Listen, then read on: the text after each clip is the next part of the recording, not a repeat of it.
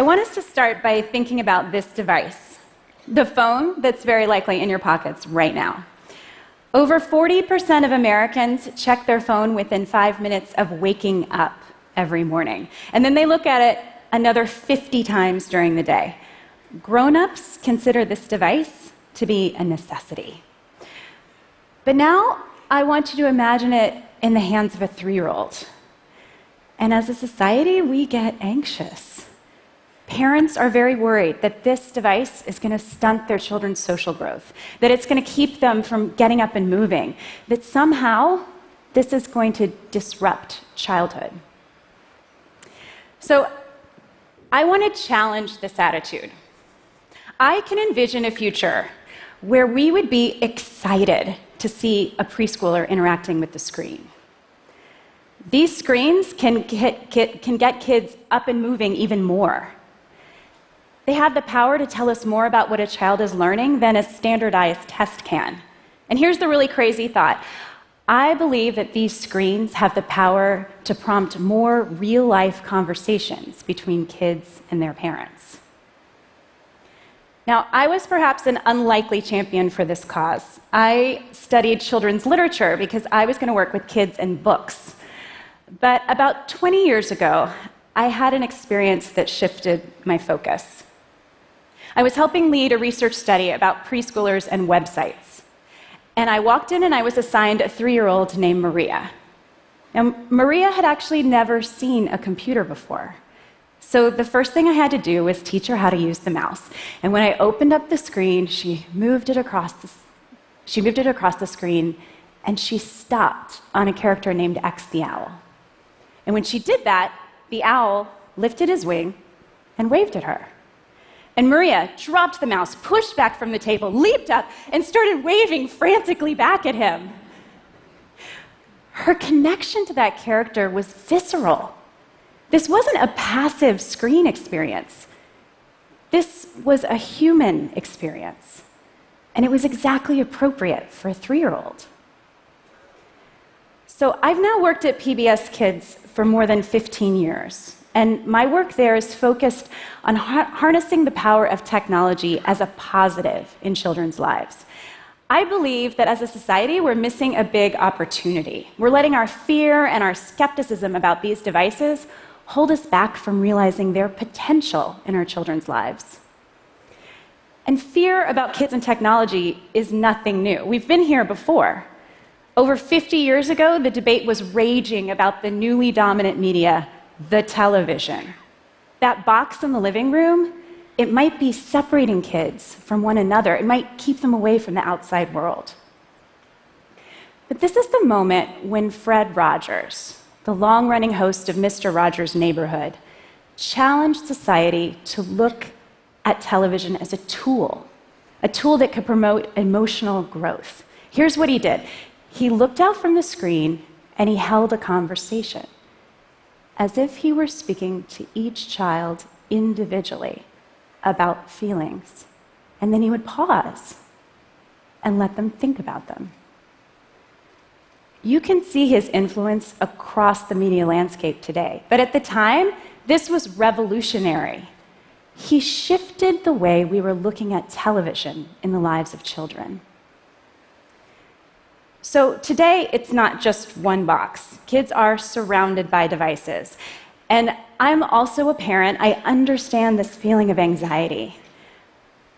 But I want us to look at 3 common fears that parents have and see if we can shift our focus to the opportunity that's in each of them. So, fear number 1, screens are passive. This is going to keep our kids from getting up and moving. Chris Kratt and Martin Kratt are zoologist brothers who host a show about animals called Wild Kratts. And they approached the PBS team to say, can we do something with those cameras that are built into every device now? Could those cameras capture a very natural kid play pattern, pretending to be animals? So we started with bats. And when kids came in to play this game, they loved seeing themselves on screen with wings. But my favorite part of this, when the game was over and we turned off the screens, the kids kept being bats. They kept flying around the room. They kept veering left and right to catch mosquitoes. And they remembered things. They remembered that bats fly at night. And they remembered that when bats sleep, they hang upside down and fold their wings in. This game definitely got kids up and moving. But also, now, when kids go outside, do they look at a bird and think, how does a bird fly differently than I flew when I was a bat? The digital technology prompted embodied learning that kids can now take out into the world. So, fear number 2.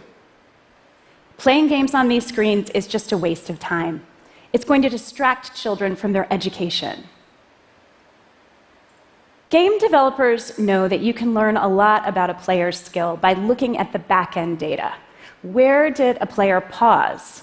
Where did they make a few mistakes before they found the right answer? And my team wanted to take this tool set and apply it to academic learning. Our producer in Boston, WGBH, created a series of Curious George games focused on math. And researchers came in and had 80 preschoolers play these games. They then gave all 80 of those preschoolers a standardized math test. We could see early on that these games were actually helping kids understand some key skills. But our partners at UCLA wanted us to dig deeper. They focus on data analysis and student assessment. And they wanted to take that back-end gameplay data and see if they could use it to predict a child's math score. So they made a neural net. They essentially trained the computer to use this data. And here are the results. This is a subset of the children's standardized math scores. And this is the computer's prediction of each child's score based on playing some Curious George games. The prediction is astonishingly accurate, especially considering the fact that these games weren't built for assessment. The team that did this study believes that games like these can teach us more about a child's cognitive learning than a standardized test can. What if games could reduce testing time in the classroom? What if they could reduce testing anxiety?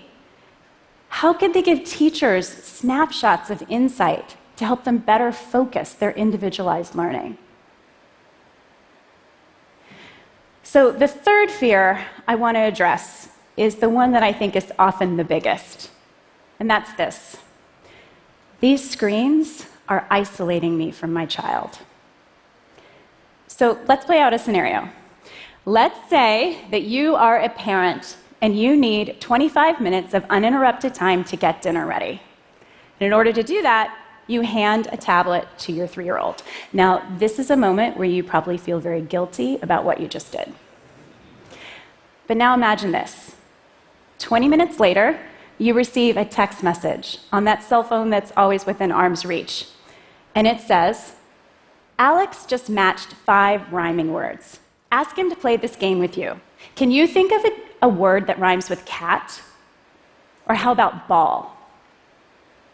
In our studies, when parents received simple tips like these, they felt empowered. They were so excited to play these games at the dinner table with their kids.